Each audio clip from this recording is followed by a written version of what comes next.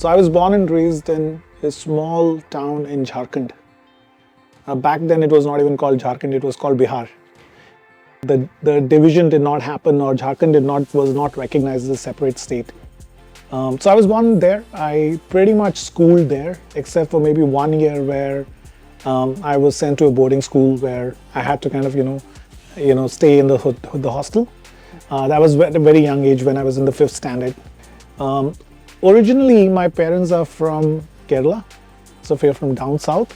But pretty much I've lived a lot of my life in Jharkhand, at least from the schooling part of it. So my parents used to work for this company called SAIL, Steel Authority of India Limited. I have 2 elder sisters. We had, like, my elder sister has a 9 years age gap between me and her, and my second sister has a 6 years. So pretty much by the time I was growing up, both of them had actually left home. They were studying, they were working. I met my wife through sales in my first sales job. She was also there. And we have been together for almost about 22 years. So if I have to go to my school, I would say I was a very curious kid who was not at all interested in books. I think I was more interested in learning by experience. So I was always, looking forward to participate in more extracurricular activities, be it, quizzes, debate, even sports for that matter. I used to play a lot of sports like football or cricket. But somehow I was not, very fond of, getting into the nitty-gritties of book. Even when I was a school kid, I think I had this entrepreneurial tendency in me because I used to do a lot of side gigs. For example, I used to sell comic books.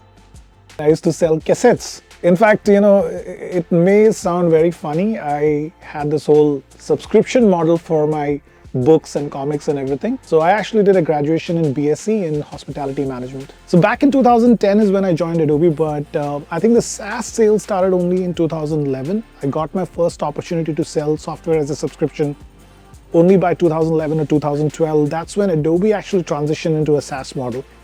And my first experience of selling SaaS was like the Creative Cloud solutions, right? We were just discussing about that, like how you guys use Creative Cloud for your editing, Premiere Pro. And so I did that for a bit. So Adobe actually, someone in Adobe heard about me that, I had done some good work in Oracle.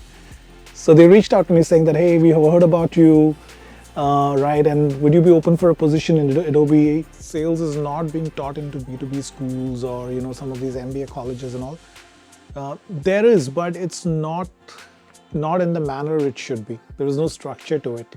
And sales is almost like in a way, it's kind of secondary to marketing, right? Everybody thinks, okay, sales and marketing are the same. In fact, a lot of these B schools offer sales and marketing as a course. But there is no structure, and that's why I'm excited about, what you guys are doing at HiveSchool, right? Because you're bringing a structure to a very unstructured profession. Yeah, I think if you work for a sizable organization, it can range from anywhere from maybe about, I would say, 15 to 20, maybe 25 at the max, right? For an entry-level role. When you talk about B2B sales and enterprise sales, it's a team game. You may have heard this statement called, it takes a village to, make things work. And literally that statement applies for B2B sales and enterprise sales, right? So, like my team has been involved in multiple large deals. It's not that, okay, I have closed it or one team member has closed it. There are like multiple people who have been involved. It is very important to know these functions and how you can leverage them to your success. Like if you follow Formula One, if you see there is one driver, there is one car, but once they take a pit stop, there are a lot of people who sales is just like that, right? So you need your support team, right? You need people who can be a batting coach, like a bowling coach like that. You need people like that, experts like that. As a leader, I think this may sound a bit cliched, but all of the leaders, our role is of coaches. We are the coaches. We are the support system for the team. We need to make sure the team is set up for success. We need to make sure that they have the right, environment to perform well. And sometimes it's not easy to kind of give them the right environment, right? It's but at the same time, the onus is on the employees, right? That they need to leverage an opportunity of working for an organization like Adobe and how they maximize that opportunity. The biggest deal that, and it's not me, it's my team, and actually there are a lot of people who work on this particular deal. The biggest deal my team has impacted is roughly about $12 million.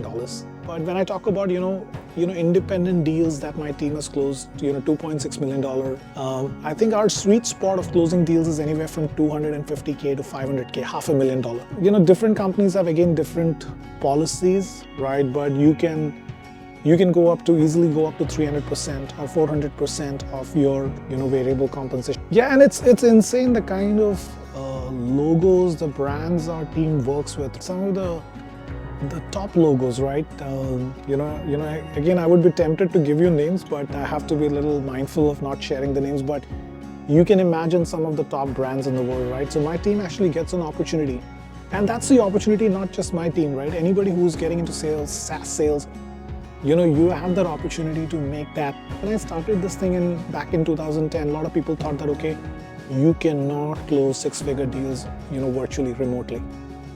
Like heck what? We do it every now and then, right? We are one of the few probably large tech companies who has such a, robust, remote sales model where we are actually selling these six-figure deals, enterprise deals remotely. We need people who are very, very smart. They're sharp, right? Not just from a communication perspective, but they're in general, they're smart people. They're problem solvers. So one of my favorite questions is why you? Why should I hire you? What are you going to bring to Adobe which no other candidate? Because typically for every position that we have multiple applicants. We would have at least 15, 20 applicants for every role. Why should I give you this job? Explain to me. A lot of times I do, and this is my secret sauce, like this will get out. I ask people to tell me a story. Impromptu. Just tell me a story. Why do I ask people to tell me a story? Because selling is a lot about storytelling. You just can't read out of a script and you can say, hey, my product does this, my product does that. You really, the way I believe in selling is like you look at your solutions like they are like superpowers, like they're like the Avengers, Thanos and your Captain America. So my products are like Captain America. They're going to save your company. They're going to save your organization. If you take my product, that's the kind of impact we will be able to. How do you weave that into a story and how do you explain that to a customer? Then it clicks because everybody can make a pitch, right? Not everybody can sell a story. My philosophy or ideology, what I think about work is like you really need to be, really obsessed and passionate about what you do. There are no half measures. So I think that's what separates the best out of somebody who's doing average. You really need to kind of give it your everything. And that's true not just for sales, but probably true for all the other, any other profession as well. So that's my message to everybody.